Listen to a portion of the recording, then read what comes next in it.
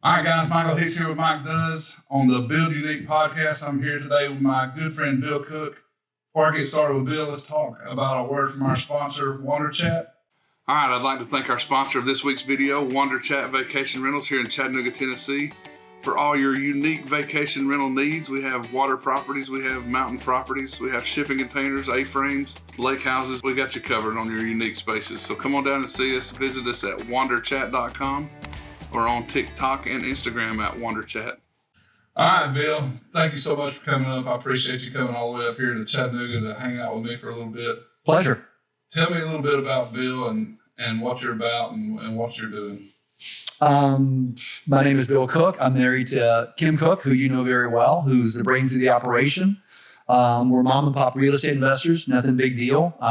We usually do 12 to about 15 deals a year. We just did that for a couple, 2-3 decades. So we stayed at it. We held a lot of the property that we bought. So we weren't so much flipping, though we did do flipping and wholesaling on the properties we didn't want to keep. And now I'm 62 and we're at the back end of everything, meaning we still go out and do deals and just not as hard or as much as we used to because we have our portfolio working for us. As David Tilney says, our capital assets are working for us instead of us out working for our capital assets. I love that. And, I talked on the last podcast episode that we did about you and about the way you structure your deals and how that helped me structuring my deals. But looking back at the way you put your deals together and the progression of your career, where did you learn and start utilizing creative deal structuring, and how has that helped to build your real estate career? Well, when Kim and I first started, so I did my first creative deal in 1990. Didn't know what I was doing. It was on my grandmother's house in Shreveport, Louisiana. I ended up selling that house, doing a rehab to it and selling it with owner financing. I didn't know how to do owner financing. I knocked doors to find the buyer. The buyer turned out to be about a block and a half away. I just happened to knock on his door. He happened to be a young man his dad was an investor and he was becoming an investor. And he and I just sat down and talked like we're doing right now. What's door knocking? Meaning since I was 12, I've made my living knocking on people's doors and being invited in. So door knocking means, there's different ways you can go find your customers. One way is you might want to do internet marketing. You may be doing TV ads, radio ads, maybe on YouTube ads. There's lots of different ways you market.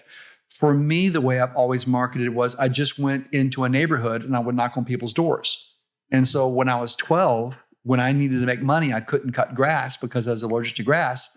So I would carry my mother's Electrolux shampooer door to door, and I would offer to shampoo their biggest or dirtiest room for $5, which is what it cost, what you got paid to mow a whole yard. This is back with push mowers and that was a sickle mower, wasn't it? No, we didn't use sickles. Okay.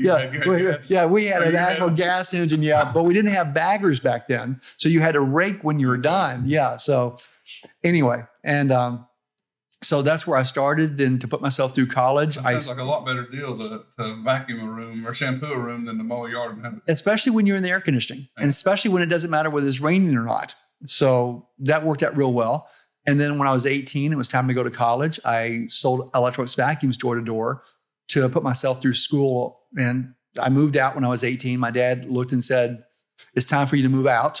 So that's what 18-year-olds did. And so I started selling vacuums to put myself through. And then when I was 35, I switched over to real estate. And so the natural progression was just keep on knocking doors, because the whole time I sold Electrolux vacuums, I would see these for sale signs in people's yards. And so why not stop your car and get out and go knock on that door and just say, it's a nice house. Why are you selling? So that's door knocking. Now, before I met you, I never really thought of it and thought about the art of door knocking or the process of it. But my dad was a mailman and retired from the post office, and a lot of what he was the only one that worked in our home. My mom was a stay-at-home mom, so I won't say she wasn't working; she was at home. We talked about this, but like my dad would carry the bundles of roofing up on the roof when they were building their house at night, and my mom would nail them on during the day. And that's kind of your mother roofed a house. she roofed when they built their house. That's how they made it work. You know, they hand dug their swimming pool. I mean, They hand dug a swimming pool. Pulled it up with buckets. So that's how I learned to work. But my dad was not afraid to stop on his mail route. You know, he had that route he was driving every day or walking originally. And if he saw something sitting out that he was interested in, he would stop and haggle and then bring it home and repair it and then take it and put it down at the road for sale. And then, you know, I learned to negotiate a lot from just walking to the road with him and watching him interact with whoever was stopping to buy whatever it was that he had fixed up to sell and turn a profit. So that was huge in my life. But that same process, if we were out riding around or on a vacation or going to check on something, they did not hesitate to stop if they saw something that they wanted and say, "Hey, is that for sale?" You know, and where a lot of people are like, "What? You know, what's the reaction you get? Are people not mean, or they, you know?" So yeah, you know, it's just like with your dad. There's no difference. People say, "Well, this is a different day and time." No, it's not. No. People are the same. I was trying to ride my bicycle across country. I went from Florida, made it to Louisiana, and I spent more than half the nights in someone's yard. So I didn't wait for a state park. I didn't wait for a hotel. It would hit about 3:30, and that's when it's time to stop. And I usually had done about 50, 55 miles on the bike by then. And so I would and again, this isn't in a neighborhood. So I was out in the country somewhere, and maybe someone had 2-3 acres, or sometimes it was a farm. But I would just stop and knock on the door and just tell them, you know, "My name's Bill. This can sound crazy, but I'm riding my bike across the country. Can I set up a tent over here in the corner of your yard?" And I think of the different people where I asked, not one person ever told me no. And a lot of times they said, "Come on the porch, we'll fill your water. You know, do you want to come in? We'll make you food here." They couldn't have been kinder. They want to help. Yeah, and I've door knocked pretty much in every state in the country. Being that when I started, it was selling vacuum. It was shampooing people's carpets. Then it was selling electric vacuums. Then it was me buying houses. And it's easier when you're doing real estate because you're there to buy something versus trying to sell something. That's a difference of night and day. When you're trying to buy it, that's the person who really has the strength. And people are kind. They're nice. They couldn't be more helpful. And a lot of times when I would when I taught door knocking, I would take 60 people out. And when we're out, you know, I would tell people, you know, 3 things will happen. Number 1 is we'll make between 5 and 10 written offers today. Number 2, 8 out of 10 sellers will invite us in. All of us, all 60 of us. And no one ever believed me. And then, I've been out with you. It's impressive. You told us more than 3 things. I mean, you can tell us step by step what their reactions would be when you turn a certain way, when you look a certain way, when you speak a certain way. Well, that's just learned. That's a technique that's learned. But those are things that, for somebody that hadn't done it and observing that, you know, no one to blade my shoulders to where I'm not as, what's the word? Direct. You're not as confrontational. So when you see 2 guys that are shouldered up in a bar looking at each other and they're getting closer and closer to each other, there's going to be a fight. But one of the guys turns his shoulders off and lowers his head down and lowers down a little bit and becomes submissive. There's not going to be a fight. Calms the situation down. Yes. And makes everybody feel at ease. Yeah. Yeah, that's great. So you took the door knocking and you took the sales training that you had. And then you did what? I take it I know you got educated. Was that early on, or was that I did it my way for a few years and then figured out that I needed to learn a different? It's what we talked about as far as when I did my first deal. It was in 1990, and it's just talking to somebody. I didn't really understand creative deal structuring at all. That's kind of, I use the example of it's his own language. So you have to learn the language. So I'd been investing for a little bit. I didn't understand creativity at all. I went to the banks for my loans. I worked with the realtors to go find houses. I didn't know anything. And then in 97, I met Dyke Spotiford. And his website's assets101.com. And he changed everything because he was a player. He understood creative deal structuring. And he's the one that first told me about Jack Miller down in Tampa, Florida. So very quickly in 1998, Jack Miller became my second teacher. And then when I met Jack Miller, I met Pete Fortunato at his event. And those 3 became my 3 teachers. And they spoke the language of creative deal structuring fluently. And the most important lesson they taught me was when you're with someone, you don't bring in the deal structuring toolbox. Now, you don't start with, here's how we're going to structure this deal. You start with asking a lot of questions. You got to find out what's going on. You just got to take an interest, and you got to be there to help. And if you're there to help, if you're there to understand, if you understand it's not about buying and selling and renting houses, it's about solving people's real estate problems. That's where it begins. And then I would always, just like I did with you, I just ask for a piece of paper and I start making notes. And that gives me what the problem is. I learn what the problem is, where it really hurts for the person. And then my job is to have better and better tools to solve that particular problem. And the longer you do this, the more classes you go to, the more times you're at that kitchen table, the better you get at speaking the language, the more fluent you become, until very few problems hit you in the face that you don't already know. You don't have a really good clue about how to fix them. Well, it's not only, you know a lot more about how to fix them, but you also, by going to events and becoming educated, you're meeting people that maybe have faced these situations before and can help you with a phone call. Yeah. And that, I talked about Dykes in an earlier episode.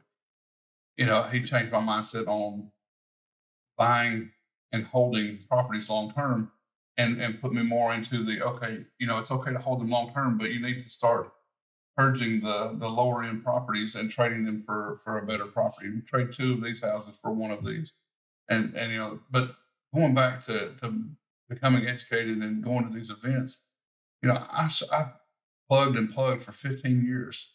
15 years of just trying to do it on my own. I didn't know what a RIA was. I didn't know that there were educational events. I just, thank goodness for the internet. But I finally found it. And, you start going to these events and you learn more and more ways, like you say, you're just adding more tools. Every event, there's so much content that's given at these events that you can't take it all in. No. But you take 1 or 2 things and you can 10x the cost of the event by utilizing one strategy and allowing you to allowing you to purchase multiple homes in a different way and learning how to talk to sellers in a different way. And again, attacking it from a problem solving point of view rather than a home buying point of view. And that's been huge for me. If someone can write down anything, what you just said is it. If you attack it from a problem solving point of view, you're going to do very well. If you're doing it from I'm going to buy this house point of view, you're not going to do as well as. You'll miss so many deals because you're not really listening to what the problem is. The very best doctors, when someone comes into the exam room, they're going to begin by asking a lot of questions first. They're not going to come in and just prescribe pills. Here's some morphine, here's some codeine. That's not the way it works. They got to figure out what's going on, and then they'll figure out some way to solve the problem, relieve the pain, cure the pain, make the pain go away, something. But they got to understand the information first. They got to understand the problem first. Yeah.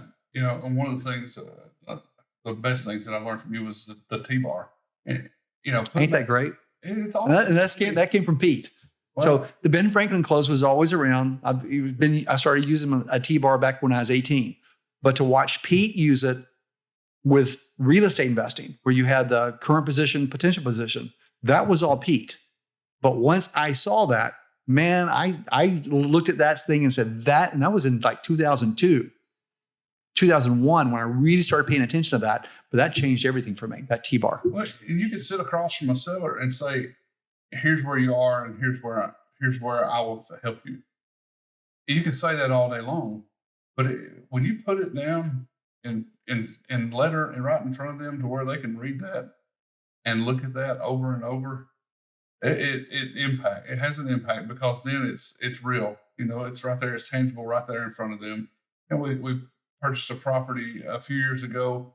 It had repairs that needed done. The house was full of stuff. Her husband and her were going through a divorce. She needed to quit close.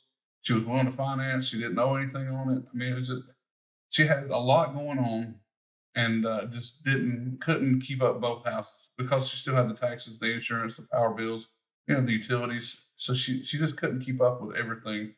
And I think really laying it out on paper for her to see was what closed that deal, because she was able to to see it and realize, okay, I get rid of all this and I get this. That's just it's a game changer. You know what the really strange thing is? Do you know what percentage of investors use a T-bar when they're sitting down talking to a seller? Probably very few. 0.0001%. And I've taught the T-bar since I wrapped my mind around it back in 2002. I've been teaching the T-bar ever since. Pete has been teaching the T-bar. And when I'm talking to different people that have taken my class numerous times, I'll ask the question, did you do a T-bar? And the answer almost always is no.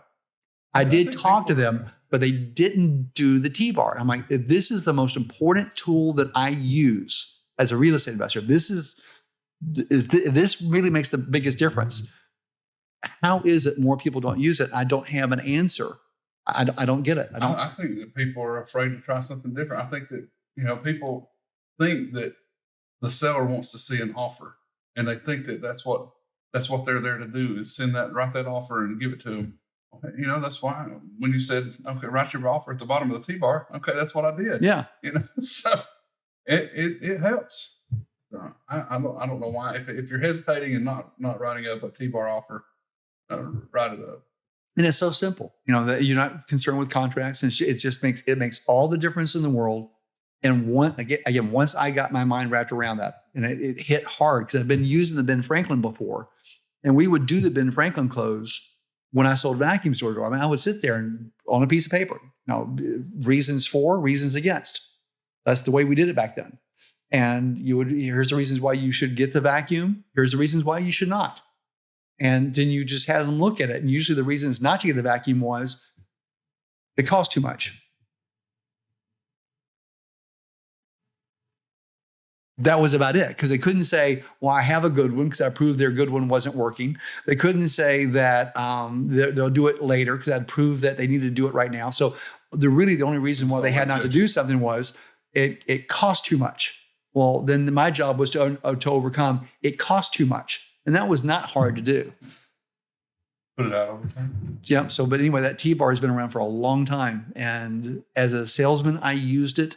And now as a buyer of homes, we still use that. But again, with Pete's twist to it, that only Pete came up with that. And it's so good. If you're listening to your seller and you're sitting there taking notes, you have their objections. I mean, that's what I'm writing down when I'm listening. I'm writing, what their issues are, what their objections are, and determining that. And, I look back at those 15 years prior and I think, man, I wasted a lot of time. But I go back and I look and I'm like, okay, I have this connection because of what I did here. I have this lender because of what I did when I was working there. Or I learned these skills when I was selling life insurance. That was some of the best sales training that I've ever had. Oh yeah, insurance companies have always had the best training. So yeah, I mean they put us through phone sales. They put us through everything. Sitting down and scheduling appointments, and we knew that if we had to make 20 sales, we had to make 100 calls and set 40 appointments, and had to have 20 of the appointments stick, and to make the 10 sales. They had it down to an art, and they knew exactly what to teach. Mm-hmm. So take that and move it here and apply the same knowledge. And I think it really helped, so I don't dismiss the education I had along the way, and, even the law enforcement and communicating with people and keeping a situation calm. And well, cops are a great example. So when a cop shows up to anything, the first thing they're going to do is start asking questions. They don't start making statements. Now, there's something going on, someone's holding a gun, then they're going to make very forceful statements. But when they're unsure of why, there's a disturbance, something's happened, they get out of their car asking questions. They're trying to understand. They don't go make statements. And same thing when we walk into a house. Same thing when you're working with anybody. Just start asking questions. Well, and the questions, but also the way you can set the tone of an appointment by the way you act when you get out of the car as well. Mm-hmm. So, we talked about blading our shoulders and the approach to knocking on the door. When we got out on a police call, there were officers that would end up in a fight just about every shift. I worked for 8 years and never had a fight. Some may say that's because of my size, and some, but I felt like I was good at de-escalating rather than escalating. So I feel like, I'm glad I have those traits and that I picked them up along the way. But what drives Bill to keep going? What pushes you to keep going? That's a very good question. There's a need to. That's a very good question. And the reason why I'm having a hard time with it is my needs have been different as time has gone by. My needs change. And I have found myself this year in another changing year. Like, what is it? What's making me go do the different things I'm going to do? And it's becoming bigger picture stuff for me now. I want to make a difference in people's lives. I've been very grateful for the people who helped me, who brought me along. And I need to share that information that I have. So I choose to teach, but I'm also in conflict sometimes because all I want to do is, get my backpack on and just say, I'm going to leave for a couple months. Or, this winter we're going to be wintering in Mexico so I can go learn Spanish. I have other things I want to go do and go learn that don't really involve real estate or teaching of it, but there's an obligation to give back. So I do it because I've seen enough times. You're a prime example of that. When you've had good teachers around you, and I don't mean just me, because you have a number of good teachers around you. Look at what you've done. And you've done it in a way that none of us did it. When you're doing your container homes and when you built a tree house and you went into storage buildings, you've done a lot of things that those teachers that you had, we weren't doing that. So you kind of created your own thing to it, but that doesn't mean you're not very, very successful. And so let me ask you a question. Why are you doing this podcast? Same thing, to give back. I want, and that's somebody asking why I'm doing YouTube and why I do podcasts. It's kind of double-edged. I want to be able to give back and pass the information on and introduce, the world, hopefully, to my friends and the people that help me succeed. But the other piece of it is, and the main why is for my kids, so that they can go back and see the things that I was doing and see the things that we were building and be able to see me and hear me. My grandkids, my great grandkids. See, this is where you have a leg up on me. So Kim and I never had kids. Kim couldn't have kids. And so I don't have that push. When you watch what Pete's doing right now, he's doing this for his grandkids and great grandkids. He's structuring deals for that. Well, Kim and I don't have that. And so there is a different motivational factor, but I think I would love to have had 3 or 4 kids, right? That'd have been really great. And just say, I'm passing this on to you and come learn this thing. Because a lot of my friends that are successful investors have children. Dorsey Botifer, look at what she's done with what her dad taught her. Pretty cool. Look at what your kids are going to go through and what they've learned. Kerry Milligan, I talked to him yesterday. Look at what his 2 daughters are doing. I mean, look at what they're doing. I can't wait to send my kids to Dorsey. I hope she'll have it. So the path, the real estate path, why and what has it done for you? First of all, the why is I understood it. Meaning when I was going door to door, I a couple of times would knock on doors because when I started, I was in Westport, Connecticut. I went to high school in Louisville, Kentucky. When it's time for me to go to college, I went to University of Connecticut. And where I first started selling was a place called Westport, which is about an hour north of New York. Very high money, big dollars. Greenwich, Connecticut, it's sick money. And so I would knock on doors, and some of those people would be stockbrokers that worked down on the stock exchange. I never understood what they did. And I've read a number of books. I was a finance major, but I never understood the stock market. And I've always felt that there are people who are on the inside who have the know. They know what's going on well ahead of everybody else. And for me, just to be the average guy, I was never going to do very well at that. At the same time, and I had some businesses, some doors I knocked on where the husband or the wife had their own businesses. And I liked that idea, but they worked very, very hard. And it was always every day they had to go into work. They built this business. And then a couple of my customers were real estate investors where they had some single family rentals. I don't mean like the commercial guys, just they had some single family rentals, 10, 15, 20 houses. And they did very, very well. And they were at home and they seemed to be the most relaxed. They weren't out there just getting up at 5 and coming in at 9 o'clock at night. They had a family life. They just had more freedom. And I understood that I could understand houses. I understood that people would rather have a roof over their head than sleep outside. It made sense to me. And if stocks had made sense to me, I would have done that. But real estate just made sense. Good houses, like what I grew up in, a 3-bedroom, 2-bath brick ranch, that made sense. People were going to want that. If I could own that and rent to them, that would work for me. And it didn't take rocket science to figure it out. What is the big goal, the dream, what is success look like? And I feel like that's all relevant and different for everybody. So what does, I feel like when we're out and going after a goal and trying to achieve something, we hit it and then we come up with another goal, right? So what is it for you? So I have something called an I am card.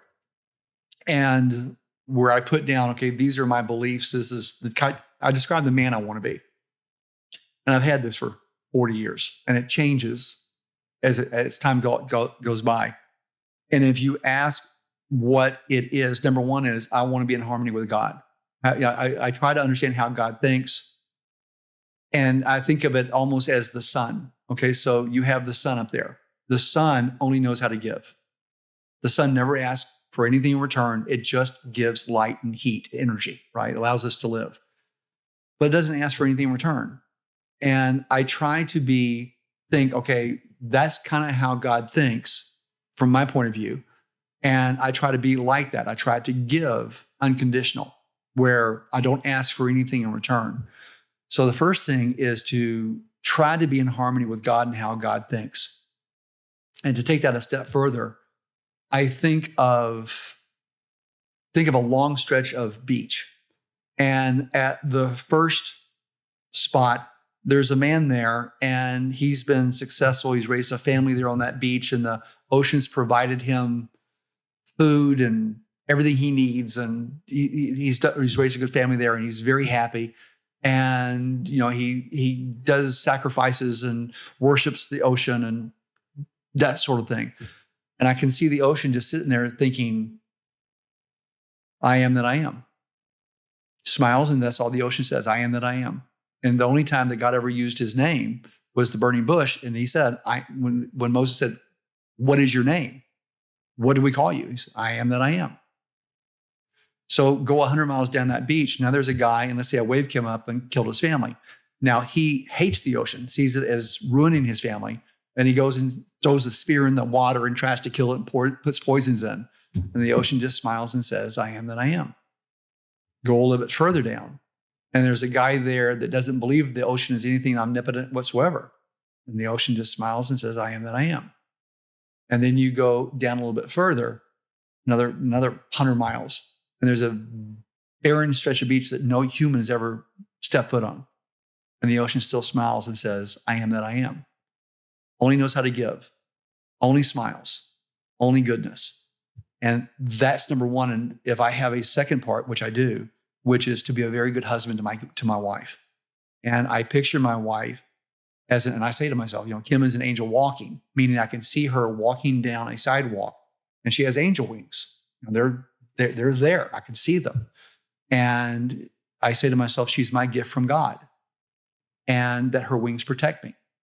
And I think by saying their wings protect me, the way I think of that is in our life, when we're looking out, let's say I always think of did you ever see the movie 300? Yes. Yeah. Remember when all the arrows went up? So you've got this people over there that really don't like you very much, and they want to see you dead. And I'm standing next to Kim, who's an angel.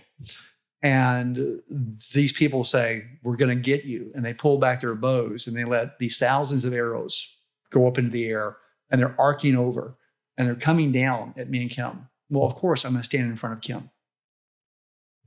I'm going to protect Kim. I'll take the arrows. And I stand in front of Kim, and the arrows are coming down. And as the arrows are arcing over, and as they almost get to us, Kim just unfurls her wings and wraps them around both of us from the back. So I'm in front of her and she just wraps her wings around us. And it's not that the arrows bounce off. The arrows never touch the wing. They just turn to dust because they're angel wings. No arrows can touch an angel wing. And then all the arrows are just gone. They turn to nothing. And then Kim unfurls her wing or puts her wings back. And, she leans around, looks at me and winks. She goes, we're fine. And we just kind of turn a different direction and go. Those are my two big whys. I want to think like God. If I can do that and I fail miserably at it. And the other one is to be a very, very good husband to my wife. She deserves the very best I can give her. And I failed at that miserably too. But I tried. Those are the two things. You're doing well at both. It's awesome. If you were starting again, what advice would you give to someone who's starting? Understand in business and in business altogether. Everything. Understand that business is a very simple thing. It's just not easy. That you got to do it day after day. You've got to be at it day after day. And that's the hard part. It's like if you want to go run a marathon, you can't just say, I'm going to go run a marathon. Now you got to go out and actually go run some, and you won't go very far. Well, the next day you got to run a little bit further. And the next day, a little bit further. And you just got to keep that up until you reach that goal. And, I'm going to be interviewing you a little bit later today when we're out backpacking. And one of the things I try to get to is I try to find out that when you hit the wall, we all hit the wall several times. We're ready to quit, give up. It doesn't matter whether it's real estate investing or whatever your business is, whatever you're doing, whatever that is, we all hit the wall and we want to quit. Yet the ones that succeed, the ones that keep going forward, those are the lessons that I think are most important. So it's understand that the business is simple. It's just not easy. And you cannot quit. You're going to want to a bunch of times. You're going to want to throw up your hands. There's a bunch of reasons why it's too tough for you. But you have to keep going. Yeah, that's you always heard that failure is not an option. Failing is an option. It's absolutely an option. Yeah. And it happens. Quitting is not an option. That's no ifs, ands, or buts. If you quit, you're over. Yeah. You're going to fail. You're going to make mistakes. But quitting is not an option. Well, I told you about the bike trip, right? So when I got to Louisiana, I realized because my wife had injured her foot and I was going the wrong direction. My job was to be with my wife. I knew she needed me. And she had a really rough year. She had cut tendons in her foot at a rehab we were doing. And now she was just getting back where she could walk again. And she just wanted to she lost a whole year. And she wanted to have that winter to be able to go walk on the beach, to ride her bike. That's all she wanted. And here I am riding away from her. Mistake. And the more I thought about it, the more it bugged me. And I just stopped what I was doing. And I'm not one that quits something. So I looked and said, and I didn't quit. I stopped. And I called my wife, said, come get me. My place is with you. That doesn't mean the journey's over. Because before this is all said and done, she doesn't really know this yet. I'm going to go back to Bogalusa, Louisiana and get back on my bike and keep pedaling west until I reach San Diego one day. And that might take me 3, 4, 5, 10 times before I finally make it all the way. I don't care how long it's going to take me. But I would have ridden my bike from Augusta, Florida to San Diego, California. However that works, I won't quit, but I did have to stop. We all face that. There's times that we have to regroup. And it's what you said, you just can't quit. Unless you look at it and say, this is not for me anymore. I'm on the wrong path. We set these goals and sometimes we're 75% there and realize this isn't what I thought, or this isn't what I was expecting, And I think it's okay to change paths when we feel like it. Well, the arena that I ran, I quit it. I wanted to quit at the end of 2014, but I stopped it at 2015. I've always wanted to be a writer, so I wrote a newspaper column for 13 years, and I wanted it done. And so I quit both of those in 2015, but I had proved to myself and had done what I set out to accomplish and then a whole lot more. But it was time to move on to a different set of goals. And to keep doing that just to do it Didn't make any sense. I wanted to go travel. I wanted to go see the world, and I could not do both. And I just came up with a new set of goals. Hit me with your best quote. Came from Zig Ziglar. You've heard this. You heard me say this 1,000 times. So I'm 19 years old. I'm putting myself through college selling vacuums door to door. I'm not doing very well. I'm not a good salesman by any stretch of the imagination. And my mother brought me home a tape series from Zig Ziglar. And he was a great sales trainer back in the 60s and 70s and 80s. And when I was listening to this cassette series, no, not 8-track, cassette. Oh, I thought you were going to say vinyl. did they have vinyl sales records? Well, they did have vinyl sales records. But when I was listening to what he was saying, and he had a great quote that changed my entire life and has been the foundation of what we've talked about today and the foundation of my entire business philosophy. And it was a series called See You at the Top. And the quote was, you will get exactly what you want in life if you just help enough other people get what they want. It's about them. It's not about you. And so the more people you help, the more successful you'll be. So your job every day is to get up and go find people to help and find problems to solve, which really goes back to Zig Ziglar. You'll get exactly what you want in life if you just help enough other people get what they want. Yeah, and I think that, hearing that and taking that attitude towards life and toward our business, it has propelled it just as much as the ability to creatively structure a deal. You're going at it with the right mentality and the right attitude and helping others. I mean, just giving back and pouring into others. If you ask me what's more important, knowing how to structure deals or understanding that your job is to go out and help people solve their problems, by far and away, go help people solve problems. You'll figure out the other part. Sure. But this philosophy, this root, this ball of energy, this thought process, this changes everything.